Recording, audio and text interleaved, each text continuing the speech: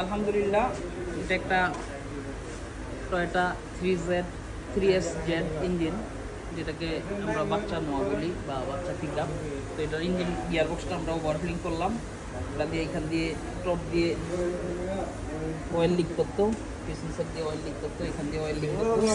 সবগুলা seal till change করে আমরা গিয়ারবক্সটা কমপ্লিট করলাম। চলুন দেখাই কীভাবে আমরা গিয়ারবক্সটা ফিটিং করছি ইনশাল্লাহ।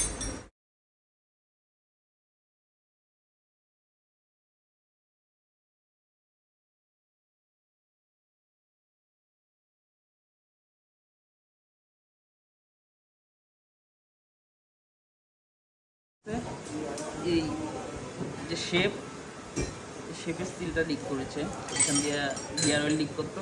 তো এটা করতে হলে পুরো গিয়ার বক্স করতে হয়। এই হলো সিল, আর এখানে ইউজ করবো টয়োটা জেনুইন আট। ঠিক আছে, ফিটিং করবো। বিসমিল্লাহির রহমানির রহিম।